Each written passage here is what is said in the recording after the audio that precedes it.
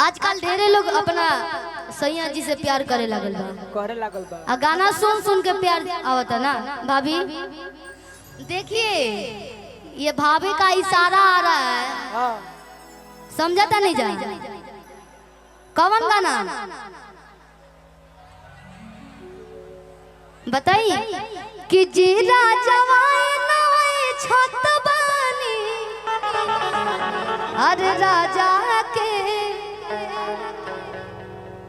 जब जे घूंघट में रहेला घर में, जब ओकरा अंदर से ई शब्द निकलेला, ई गाना गुनगुनाला, भैया ई अलग उमंग देला, अलग आप लोग के प्यार भाई। और ई गाना कब सुननी लोग? जब खाना बनत रही, मोबाइल गैस के पास रखा जाई, बस गाना बाजत, आप केतनो खाना लिया के धर लो, 50 आदमी बना के चाहे 100 आदमी बना, बस गाना बाज जाई, अब बस खियावते जाइए, पूरी छना जाइए, खिलाते जाइए। कैसे कैसे कि जीरा जवाए नोए छत बानी अरे राजा के कि जीरा जवाए नोए छत बानी अरे लागे ना सैया के हो के नजरिया कि जीरा जवाए नोए छत बानी जीरा जवाए नोए छत बानी लागे ना सैया के हो के नजरिया, लागे ना सैया के हो के नजरिया।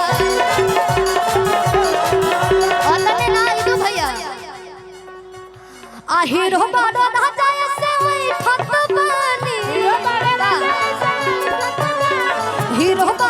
जाए से वही ठत बानी, सोचे है सोधर लोई की पतरिया, लागी ना सैया के हो के नजरिया, लागी ना सैया के हो के नजरिया।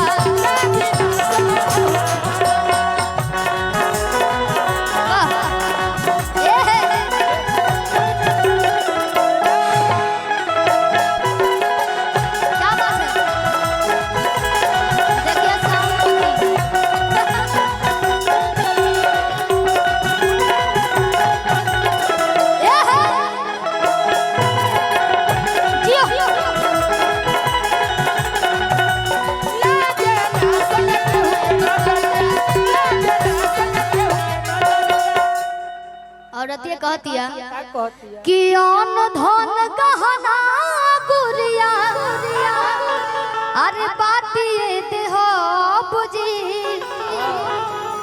किसे नुरा बाजे ताकि मोहके का होई अरे काटिए देह बुझी। मेहरारू में उताकत हो जाला जो खाली तनिको मरद तनी छेड़छाड़ करस न कहीं। काली के रूप धले लो दुर्गा के, ऐसे कहल बा नारी दुर्गा से कम नहीं है, है ना? मुका मुका लगले जाना तो बोला औरतिया कहली से जाना तो बोला गिन के 3 मुका मार जीवा धरती में। हाँ हो कि गहन कि अन धन गहना गुरिया बाती रहते हो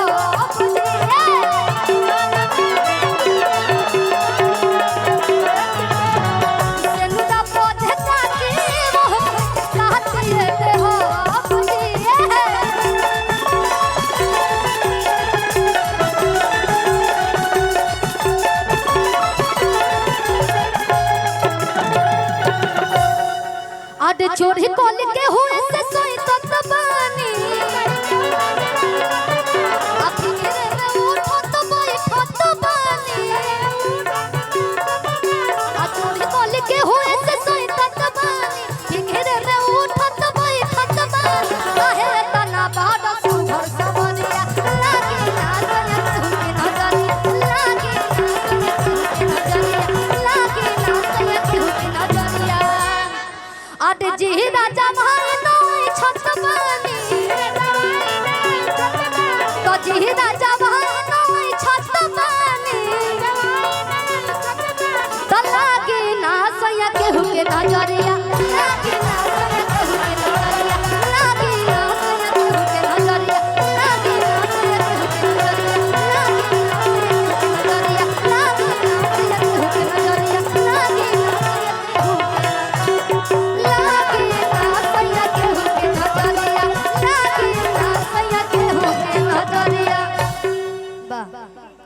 आज जब दिन रात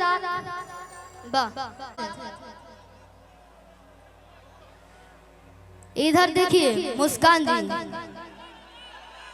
लाल वाली, बाप रे लाल वाली के ढेर डिमांड बा कि कोइले बा कमाल, अरे कोइले बा कमाल तहर लाल घाघरा,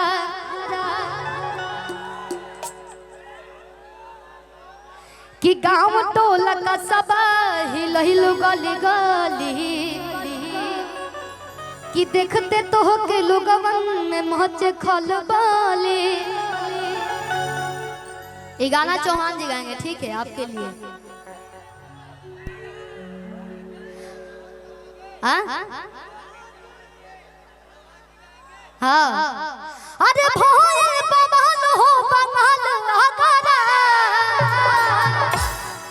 कि कोइले बा कमाल, कोइले बा कमाल तोहर लाल घाघरा, तोहर लाल घाघरा, कोइले बा कमाल तोहर लाल घाघरा। अरे एक बार दिल के सुकून कैदा कि राजा जी एगो पून कैदा, आरे अपने ही हाथे हमार खून कैदा। एगो भाभी बैठ गई है सामने हमारे, हाँ वो हमको याद दिला रही हैं शिल्पी जी, अब इसके बाद से ये गाना गाइए, इसके बाद से ये गाना गाइए। तो चलिए हम आज आपके इशारे पे चलते हैं भाभी। वाह। और धन्य बानी उस ससुर जी जी अपना पतों के बेटी खाने रख ले बने। भगवान संसार में सबके ऐसा ससुर दे, पिता खाने प्यार। वाह। अच्छा सासू जी बनी ना, तो वहाँ के भी वहाँ के आदेश बात तबे आप लोग बैठल बनी जा। वाह। हाँ